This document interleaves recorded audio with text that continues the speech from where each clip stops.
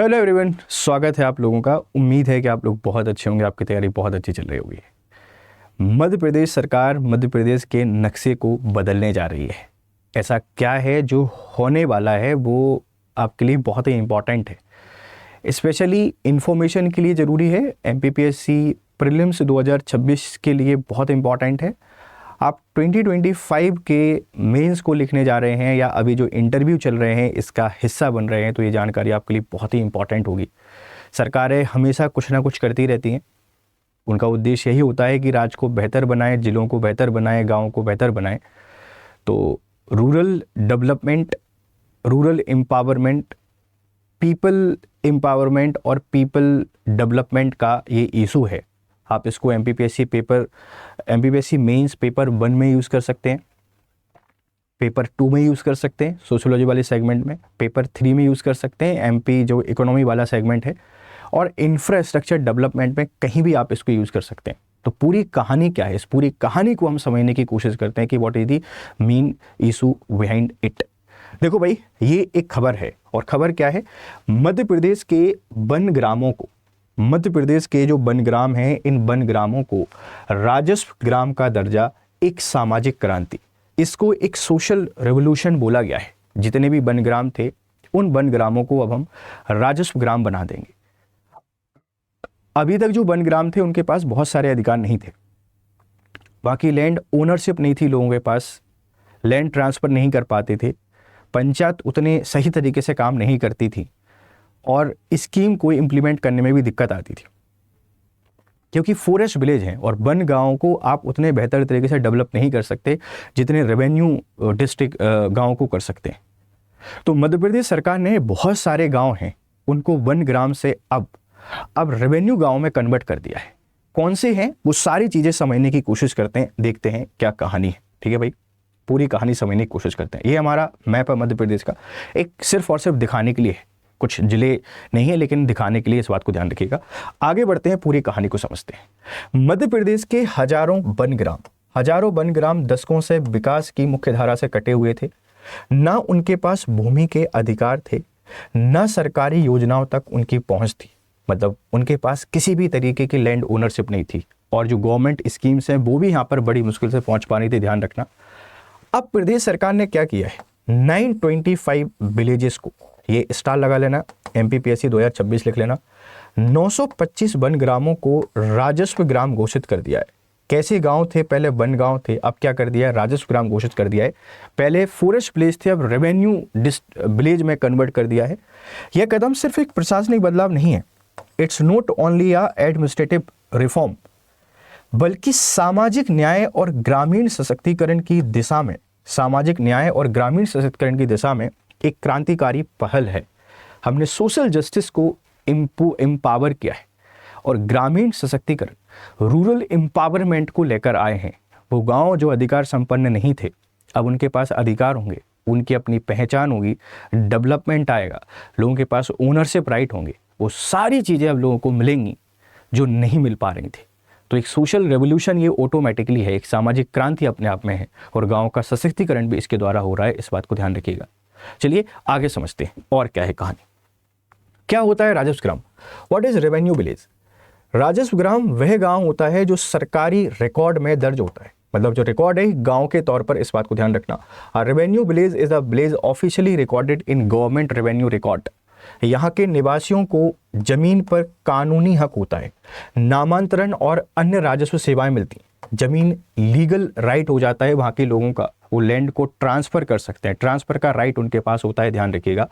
ऐसे गांव में विकास योजनाएं सीधे लागू की जा सकती हैं, सीधे लागू होती हैं, ग्राम सभा को वैधानिक अधिकार मिलते हैं, और पंचायत व्यवस्था भी प्रभावी होती है। ग्राम जो सभा है वो बनती है, और पंचायती राज को भी यहाँ पर हम इफेक्टिवली एनफोर्स कर पाते हैं, प्रभावी तौर पर लागू कर पाते हैं, इस बात को ध्यान रखिएगा। तो ये बहुत सारी चीज़ें हैं जो रेवेन्यू विलेज होने के फ़ायदे होते हैं। राजस्व ग्राम होने के बहुत सारे फ़ायदे आपको यहाँ से मिलते हैं, इस बात को ध्यान रखिएगा। और ये अब उन गाँव को मिलेंगे 925 को। हालांकि एक चीज़ ये भी हमको देखने को मिलेगी, अभी तक वो वन गाँव थे, और वन गाँव होने के कारण रजिस्ट्री लैंड ओनरशिप नहीं थी, ठीक है, रजिस्टर नामांतरण नहीं हो पा रहा था। तो उतना लैंड एनक्रोचमेंट हमको देखने को नहीं मिलता था। अब ज़मीन पर कब्जा होंगे, अपनी ज़मीन बताई जाएगी, रजिस्ट्री होगी, वनों को काटा जाएगा। ये ढेर सारे चैलेंजेस हमको इसके अंतर्गत देखने भी मिलेंगे। तो अगर अच्छी चीज़ें हैं तो इसके कुछ नुकसान भी हैं, इस बात को ध्यान रखिएगा। आगे हम लोग बढ़ते हैं। अब तक की प्रगति क्या है? प्रदेश के 925 में से 972 वन ग्रामों को पहले ही राजस्व ग्राम घोषित किया जा चुका है। शेष 66 गांवों को लेकर कार्रवाई अंतिम चरण में है। Action for the remaining 66 villages in its final stage. 925 में से 792 forest village have already been, है ना, बीन डिक्लेयर्ड रेवेन्यू विलेज, उनको ऑलरेडी डिक्लेयर्ड कर दिया है। 66 पे भी काम चल रहा है। सभी के लिए गजट सूचना भी हमने जारी कर दी है, इस बात को ध्यान रखिएगा। जिलेवार विवरण। बैतूल में सबसे अधिक 91 ग्रामों को राजस्व ग्राम बनाया गया है, तो इसको लिख लीजिए भाई। सबसे ज्यादा कहां से? बैतूल से। इसके बाद डिंडोरी आता है। बैतूल के बाद डिंडोरी 86, मंडला से 75, खरगोन से 65 और बड़वानी से 64। ये इंपॉर्टेंट डिस्ट्रिक्ट हैं जहां से फॉरेस्ट विलेज को रेवेन्यू डिस्ट्रिक्ट में हमने कन्वर्ट किया है। इसके अलावा भोपाल, धार, देवास, सिंगरौली, इंदौर, गुना आदि में छोटे स्तर पर यह प्रक्रिया हुई है। डूब क्षेत्र या बीरान गांवों को इस सूची में शामिल नहीं किया गया है। ऐसे क्षेत्र जो डूब वाले हैं या बीरान हैं उनको शामिल नहीं किया गया है।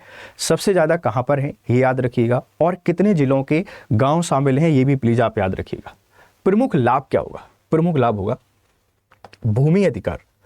अब ग्रामीणों को भूमि अधिकार या कानूनी स्वामित्व मिलेगा। Villagers will now receive legal land ownership right, ठीक है। इससे वे ऋण, बीमा और मुआवजा प्राप्त करने में सक्षम होंगे। सरकारी योजनाएं यहाँ पे लागू हो पाएंगी। इतनी सारी जो स्कीम है वो सारी की सारी यहाँ पे लागू हो जाएंगी, इस बात को ध्यान रखिएगा, ठीक है। पंचायत सशक्तिकरण होगा और आधारभूत संरचना का विकास भी हमको देखने को मिलेगा इन गाँव में। ये सारी फैसिलिटी अब आपको मिल जाएंगी, ध्यान रखिएगा।